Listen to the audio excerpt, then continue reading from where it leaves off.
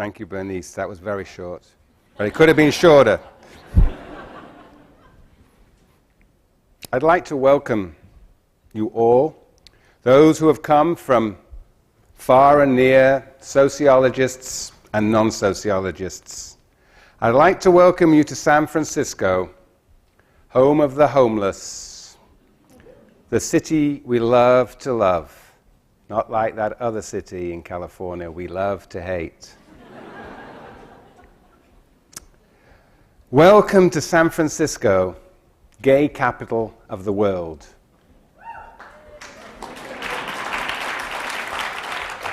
Notwithstanding the California Supreme Court. I'd like to join, once again, in congratulating our 9 award winners. In my view, there is no higher honor than one from one's peers or one's students. And Art, I was a student of yours, and you will always be a mover and a shaker. I obviously include the honor you have bestowed upon me. I never, ever imagined that I would ever take up a place in such an intimidating setting or following such an august presidential lineage. I still can't believe it. But it hasn't paralyzed me. I've run with this great honor, this torch, as far and as fast as I possibly could. But this marathon would not have been possible were it not for the support of so many. I'd like to begin by acknowledging just a few. First and most obviously, this has been a collective project of the 2004 Program Committee. They are all there in your program. But let me mention Vice President Bernice Pesco-Salido and her Indiana team. It was electoral fate that brought us together.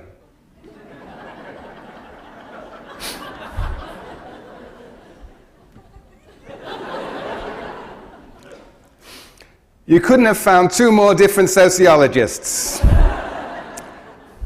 But across the divide, we immediately saw eye to eye on everything important. From the food we eat and the places we shop, to the ASA program we desired.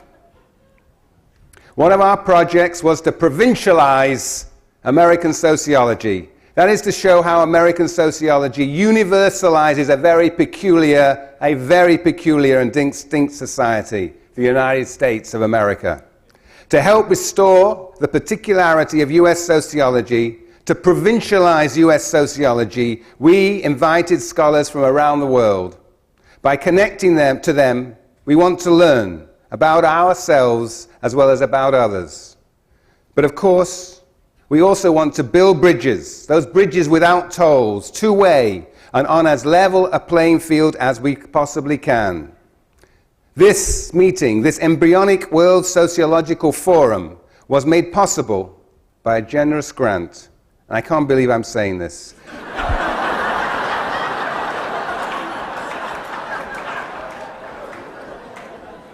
By a generous grant from the Ford Foundation.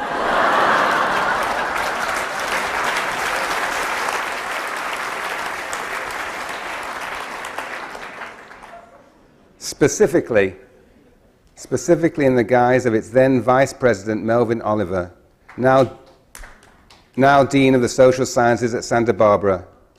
Thank you, Melvin Oliver, for being our spiritual and material guardian angel.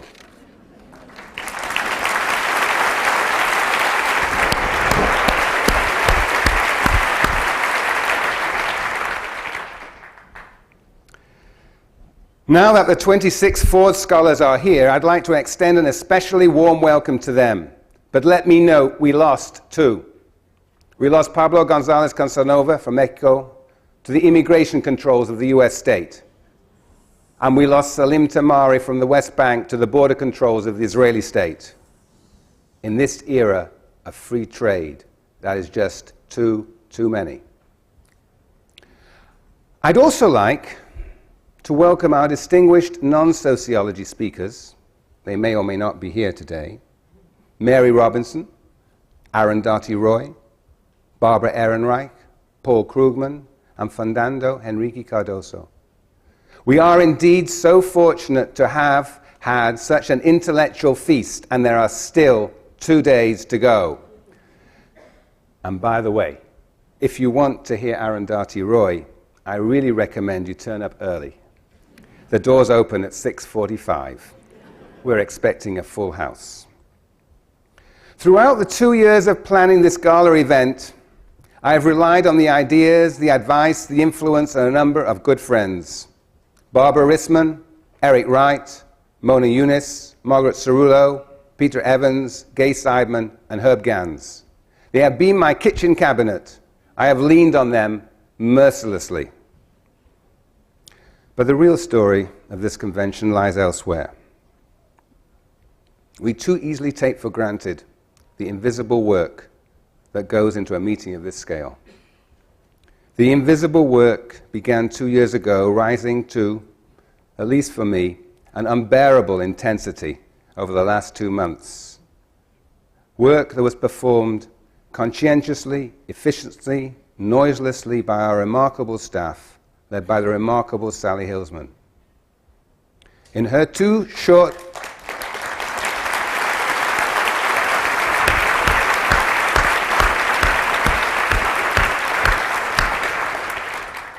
In her short 2 years, Sally has given a new energy and soul to the ASA, galvanizing the deep experience and tireless dedication of her team.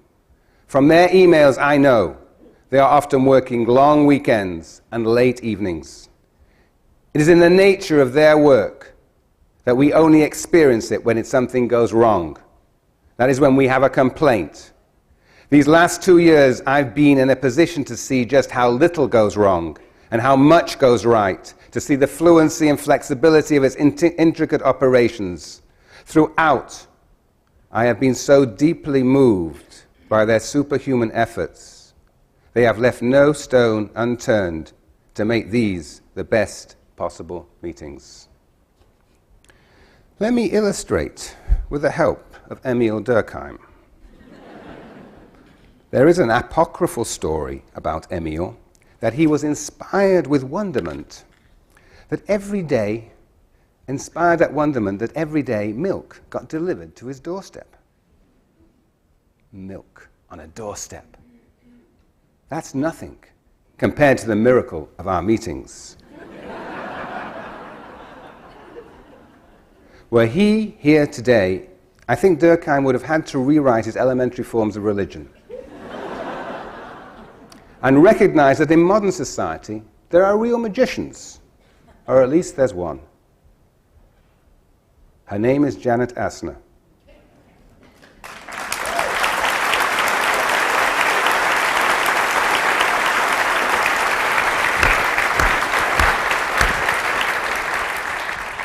She is our invisible hand, the force behind every program detail. Indeed, she holds the entire program in her head. She is the God of small things. She's probably too busy to even hear what I have to say.